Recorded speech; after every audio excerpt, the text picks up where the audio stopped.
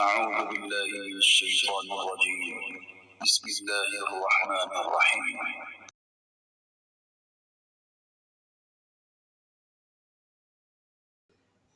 الحمد للہ رب العالمین والصلاة والسلام علی رسولہ الکریم۔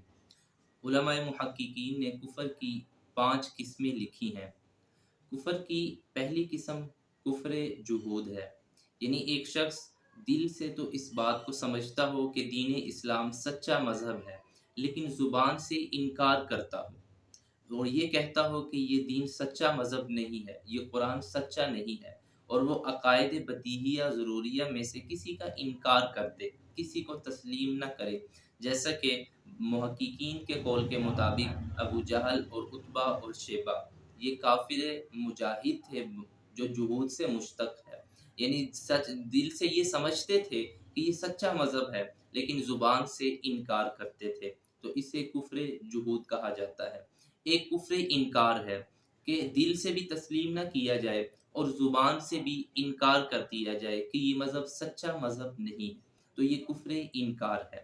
ایک کفر اور تیسری قسم کفر عناد ہے کہ زبان سے بھی اقرار کرتا ہو کہ دین سچا ہے اور دل سے بھی تسلیم کرتا ہو کہ یہ مذہب سچا مذہب ہے، لیکن وہ شخص ادیان باطلہ سے دوسرے دین سے بیزاری کا اظہار نہ کرے، جیسے علماء نے اس کی مثال دی ہے ابو طالب کا کفر۔ وہ زبان سے بھی کہتے تھے کہ یہ مذہب سچا مذہب ہے، دل سے بھی سمجھتے تھے کہ یہ سچا مذہب ہے،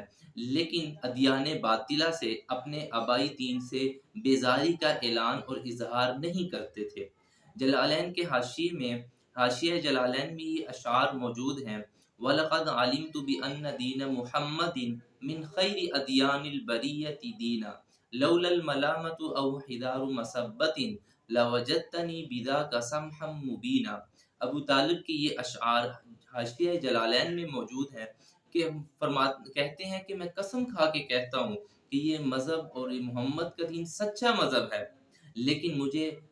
برائی کا خوف ہے، مجھے اس بات کا خوف ہے کہ لوگ مجھے برا بھلا کہیں گے۔ اگر مجھے خوف نہ ہوتا تو میں اس مذہب کو دین کو قبول کر لیتا۔ تو یہ کفر عناد ہے کہ دل سے بھی سمجھتا ہو کہ یہ سچا مذہب ہے، زبان سے بھی اس بات کا اقرار کرتا ہو کہ واقعی دین سچا ہے، لیکن ادیان باطلہ سے بیزاری کا اظہار اور اعلان نہ کرتا ہو، تو یہ کفر عناد ہے۔ ایک کفر نفاق ہے کہ بظاہر تو یہ کہتا ہو کہ میں مسلمان ہوں، میں قرآن کی سچائی کو، پیغمبر کی سچائی کو مانتا ہوں،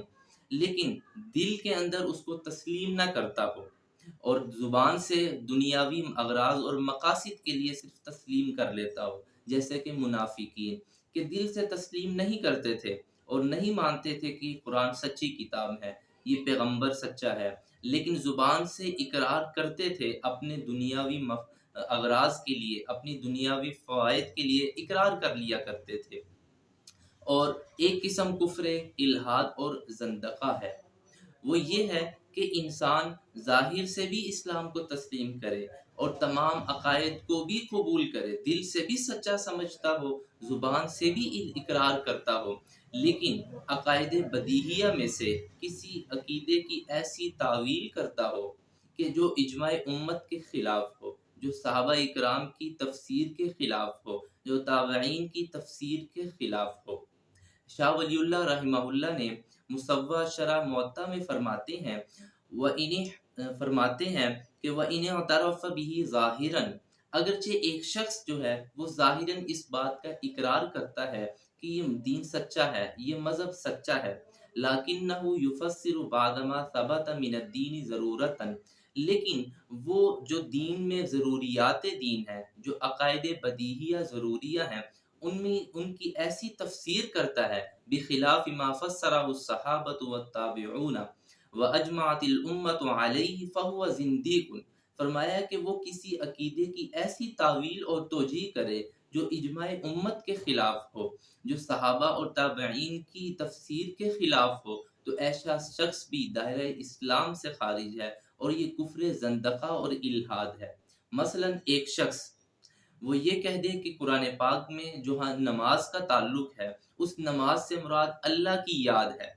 اللہ کا نام لینا ہے، لہٰذا اگر کوئی شخص افعال مخصوصہ ادا نہیں کرتا، یعنی تکبیر تحریمہ، رکوع اور سجود، یہ افعال مخصوصہ جن پر صلاۃ کا لفظ بولا جاتا ہے، اگر یہ ادا نہیں کرتا تو کوئی حرج نہیں، کیونکہ صلاۃ سے مراد یہاں اللہ کی یاد ہے، بس اللہ کو یاد کر لیں گے تو نماز ادا ہو جائے گی۔ تو یہ شخص ایسی تفسیر کر رہا ہے جو صحابہ کرام کی، تابعین کی اور پوری امت کے خلاف جا رہی ہے۔ تو فرمایا کہ ایسے شخص کا کفر، یہ کفر الحاد اور زندقہ ہے۔ اسی طرح ایک شخص جنت اور جہنم کو تسلیم کرتا ہو کہ یہ جنت بھی ہے اور جہنم بھی ہے، لیکن اس کی توجیہ اور تعویل یہ کرے کہ جنت سے مراد یہ ہے کہ جو شخص اللہ رب العزت کے احکامات پہ عمل کرے گا، اللہ اسے خوشی عطا فرمائیں گے، اسے راحتیں عطا فرمائیں گے۔ تو جنت کی تفسیر اور تعویل یہ کرتا ہو، اور جہنم کی تفسیر یہ کرتا ہو کہ اس سے مراد